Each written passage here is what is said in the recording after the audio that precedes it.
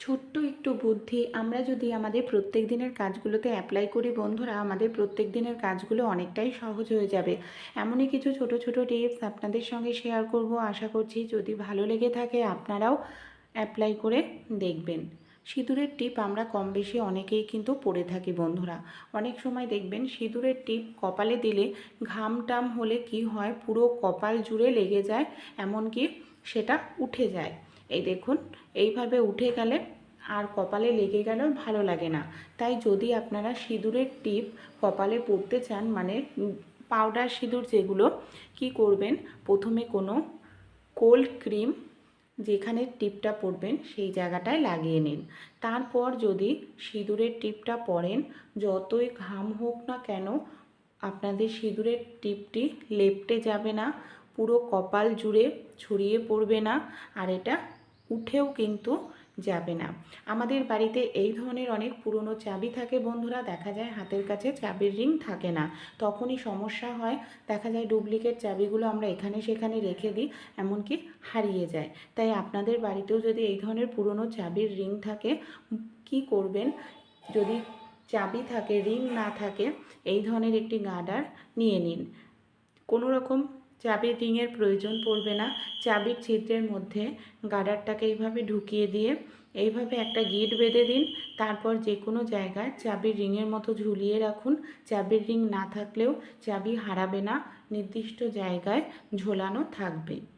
অনেক সময় আমরা অনেকটা পরিমাণ ছোলা ঘরে এনে রেখে দিই, কিন্তু দেখবেন ছোলার মধ্যে পোকা ধরে যায়, ছোলাগুলোকে খেয়ে ফেলে, ভেতরটা বাইরে খোসাটা থাকে, পুরোপুরি ছোলা নষ্ট হয়ে যায়।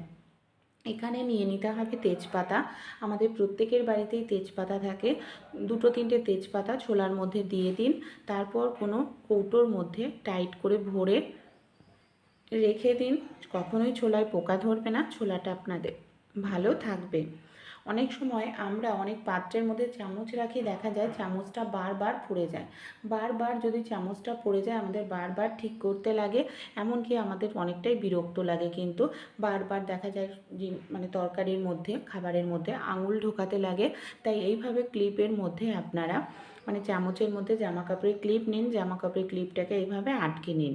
তাহলে দেখবেন যতই বড় পাত্র হোক না কেন আপনাদের চামচ আর কখনোই বারবার কিন্তু পড়ে যাবে না, খাবারের মধ্যে আপনাদের আঙুল দিতে হবে না। অনেক সময় হয় ঘুগনির ছোলা মটর আমরা হয়তো আগের দিন ভিজিয়ে রাখতে ভুলে যাই, বা এটা 5-6 ঘন্টা ভিজিয়ে না রাখলে কিন্তু ফুলে ওঠে না, খেতেও ভালো লাগে না সেদ্ধ করলে। তাই যদি আপনারা ভেজাতে ভুলে যান, কি করবেন, আমাদের বাড়িতে যে হটপট বা ক্যাসারল থাকে তার মধ্যে আপনারা দিয়ে দিন গরম জল।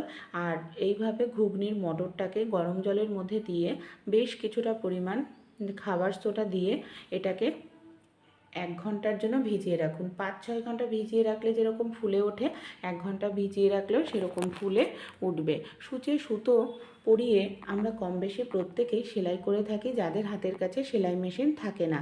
কিন্তু অনেক সময় যাদের চোখে সমস্যা দেখা যায়, ছোটো সূচে সুতো পরাতে অসুবিধা হয়। আমাদের বাড়িতে যে সেফটি পিন থাকে, পুরনো কোনো সেফটি পিন নিয়ে নিন। এখানে আমি ইলেকট্রিক তার নিয়ে নিয়েছি, তার ভেতর থেকে তামার তার বের করে নিলাম। তামার তারটাকে আমি এইভাবে ইউ মতো করে ভাঁজ করে নিচ্ছি।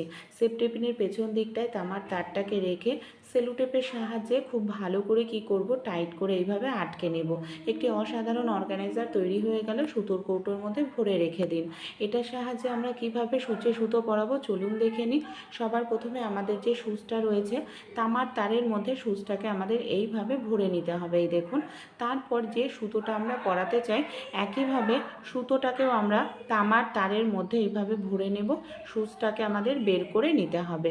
ব্যাস, ছোট সূচে সুতো পরানো কতটা সহজ হয়ে গেল। যখনই প্রয়োজন এইভাবে সুতো পরিয়ে নিতে কিন্তু আমরা পারবো। রুটি বা লুচি আমরা কম বেশি প্রত্যেকেই খেয়ে থাকি। অনেক সময় হাতের কাছে আমাদের বেলন চাকি থাকে না, বা বেলন চাকি দিয়ে বেলতে গেলে অনেকটা সময় লেগে যায়। তাই লুচি হোক বা রুটি হোক খুব সহজেই বেলে নিতে পারবেন। এর জন্য একটি প্লেট নিয়ে নিন। প্লেটের সাহায্যে এইভাবে হালকা করে চাপ দিতে থাকুন, আটাটাকে একটু নরম করে মাখবেন। দেখবেন কত সুন্দর পারফেক্ট রুটি বা লুচি আপনারা বেলে নিতে পারবেন। কোনো রকম বেলন চাকিরই আপনাদের প্রয়োজন কিন্তু পড়বে না। আমাদের বাড়িতে যে এই ধরনের চা আমরা কম বেশি খেয়ে থাকি বা যে কোনো প্যাকেট জাতীয় জিনিস কৌটোয় ঢালার পর প্যাকেটে থেকে যায়, সেটাকে গার্ডার আটকে রাখা হয়, হাওয়া বাতাস ঢুকে নষ্ট হয়ে যায়।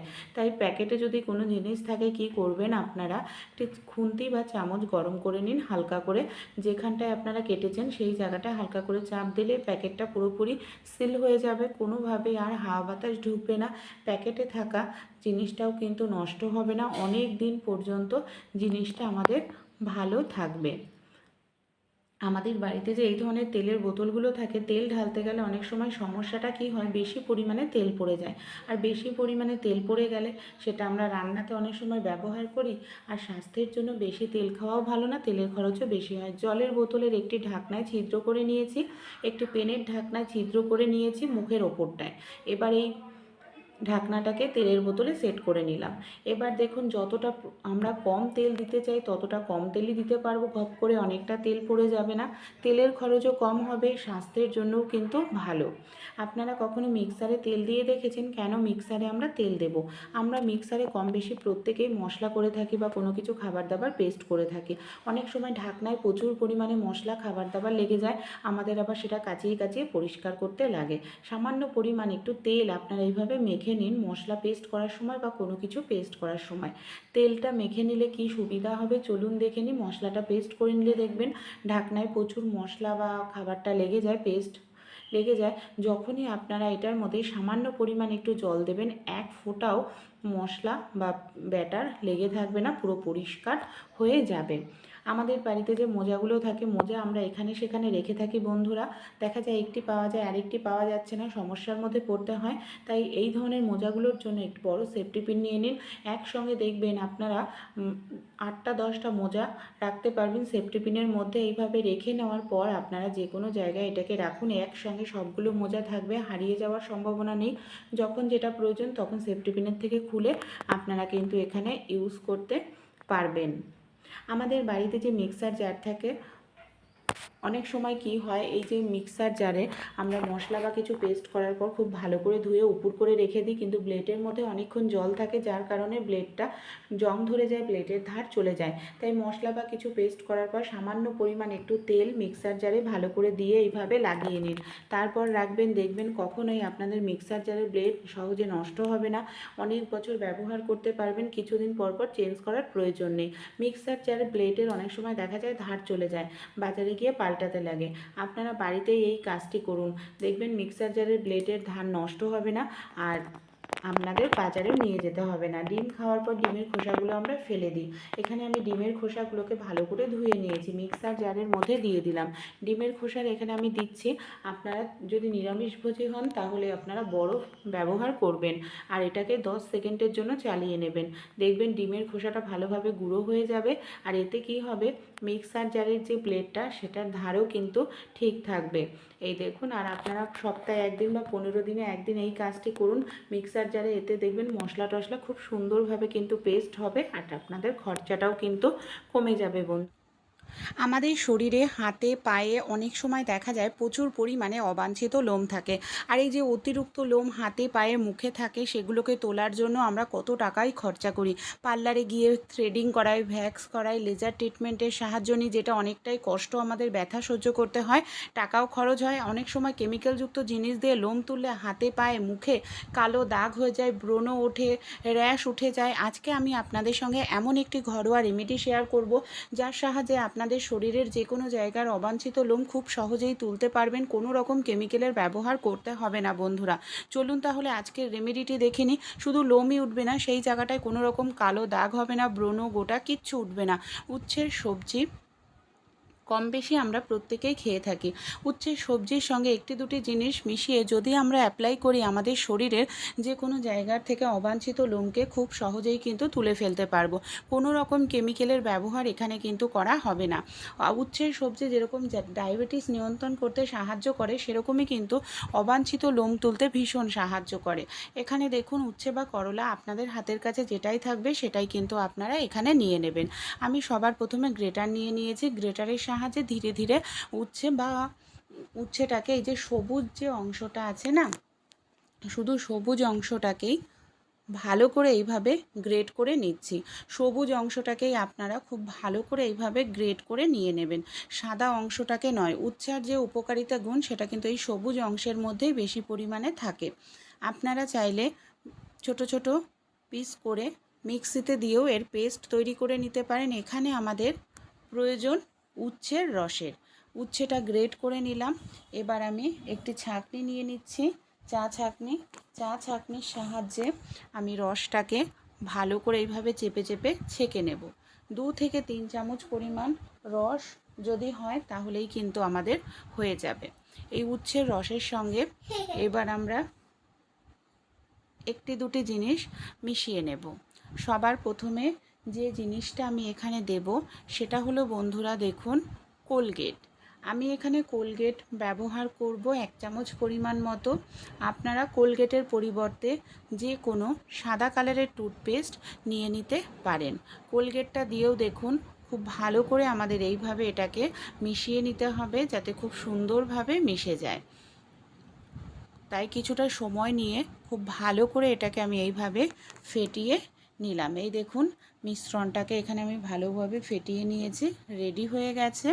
এবার আমরা কি করব, এর মধ্যে আমি দিয়ে দেব কিছুটা পরিমাণ খাবার সোডা বা বেকিং সোডা। খাবার সোডা বা বেকিং সোডার পরিবর্তে আপনারা ইনো ব্যবহার করতে পারেন। এটা আমাদের লোমকূপটাকে একেবারে নরম দুর্বল করে দেবে, সহজেই লোমটা উঠে আসবে। খাবার সোডা দিয়েও খুব ভালো করে এখানে আমি মিশিয়ে নিলাম। আর এই যে উচ্ছের রসটা দেওয়ার কারণে যেখানে লোমটা তুলব সেই জায়গাটায় কোনো রকম কালো দাগ হবে না। এবার আমি নিয়ে নিচ্ছি আটা। যে আটার আমরা রেগুলার রুটি তৈরি করে খাই সেই আটাতে প্রচুর পরিমাণে ফাইবার রয়েছে, যার কারণে আমাদের অবাঞ্ছিত লোমটাকে টেনে তুলতে ভীষণ সাহায্য করে। আটাটা দিয়েও খুব ভালো করে আমাদের মিশিয়ে নিতে হবে।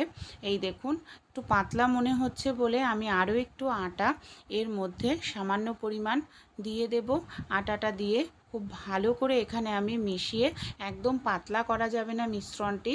এই দেখুন ঠিক এরকম, একদম শক্তও না আবার একদম পাতলাও না, এরকম মিশ্রণটি আমাদের রেডি করে নিতে হবে। এখানে আমি নিয়ে নিচ্ছি আরও একটি জিনিস, সেটা হলো বন্ধুরা ফিটকিরি। ফিটকিরি আমাদের প্রত্যেকের বাড়িতেই থাকে, আর ফিটকিরি কিন্তু আমাদের জায়গাটাকে কালো করতে দেয় না, স্কিনের জন্য ভীষণ উপকারী ফিটকিরি। তাই এখানে আমি একটি ফিটকিরি নিয়ে নিয়েছি। কিভাবে অ্যাপ্লাই করব, আমাদের হাতে পায়ে এরকম কম বেশি অনেকেরই প্রচুর পরিমাণে লোম থাকে, আর এই লোমগুলো পার্লারে গিয়ে যদি তুলি ব্যথা লাগে প্রচণ্ড, সেই সঙ্গে আমাদের অনেকটা টাকা খরচা হয়। কেমিক্যালযুক্ত জিনিস দিয়ে তুললে জায়গাটা কালো হয়ে যায়। তাই হাতে পায়ে বা মুখে যে কোনো জায়গার লোম সহজেই তুলে ফেলা যাবে এই ঘরোয়া রেমেডিটি আমি যেটা তৈরি করলাম। যেখানেই লোম তুলতে চান সেই জায়গাটায় মিশ্রণটা দিয়ে ভালো করে এইভাবে গোল করে আপনারা মিশ্রণটাকে লাগিয়ে নিন। আমি পার্থক্য বোঝানোর জন্য সামান্য অংশ এইভাবে গোল করে দিলাম। এবার আমাদের অপেক্ষা করতে হবে বেশ কিছু সময়। যেহেতু প্রাকৃতিক জিনিস দিয়ে আমরা লোমটা তুলছি, তাই 15 থেকে 20 মিনিট আপনারা এই মিশ্রণটা দিয়ে ভালো করে শুকনো করে নিন। 15-20 মিনিট কিন্তু আমাদের রাখতেই হবে। 15-20 মিনিট পর যখন ড্রাই হয়ে যাবে তখন কোনো কাপড় বা টিস্যু নিয়ে উল্টো দিক থেকে, মানে উল্টো ডিরেকশানে আমাদের এটা চেপে টেনে পরিষ্কার করতে হবে। তাহলেই দেখবেন যে লোমগুলো আছে কত সহজেই সেই লোমগুলো আমাদের উঠে চলে আসবে। এই দেখুন ছোট ছোট লোম যা তো ছিল সব কিন্তু উঠে চলে এসছে, আর জায়গাটা কতটা সুন্দর এখানে আমার পরিষ্কার হয়ে গেছে বন্ধুরা। আর সাইডে দেখুন কতগুলো লোম রয়েছে বড় বড়, কিন্তু এখানে কোনো রকম লোম নেই। দেখুন ছোট ছোট লোম ভর্তি উঠে এসে। এইভাবে আপনারাও কিন্তু শরীরের যে কোনো জায়গার অবাঞ্ছিত লোম তুলে ফেলতে পারেন। লোম তো উঠবেই, সেই সঙ্গে কিন্তু কোনো রকম দাগ, ব্রণ, গোটা কিচ্ছু হবে না। লোম তুলে নেওয়ার পর ফিটকিরি নিয়ে নিন, জলে ভিজিয়ে ফিটকিরি দিয়ে ভালো করে সেই জায়গাটা একটু লাগিয়ে দিন। ফিটকিরি লাগালে দেখবেন সেই জায়গাটায় কোনো রকম র্যাশ হয় না, ব্রণর সমস্যা দূর করে ফিটকিরি। এইভাবে আপনারা খুব সহজেই ব্যথা ছাড়া, কেমিক্যাল ছাড়াই ঘরোয়া উপায়ে লোম তুলে নিতে পারবেন বন্ধুরা। কোনো রকম অসুবিধা বা সাইড এফেক্ট হবে না। আর যদি আপনাদের মুখে প্রচুর লোম থাকে, ঠোঁটের ওপরে লোম রয়েছে, গালের সাইডে লোম রয়েছে, তাহলে আপনারা কি করবেন, তাহলে একইভাবে মিশ্রণটা, আমি যেহেতু এটা মাঝে মাঝে অ্যাপ্লাই করি, আমার দেখুন লোমের সংখ্যা কিন্তু অনেকটাই কম।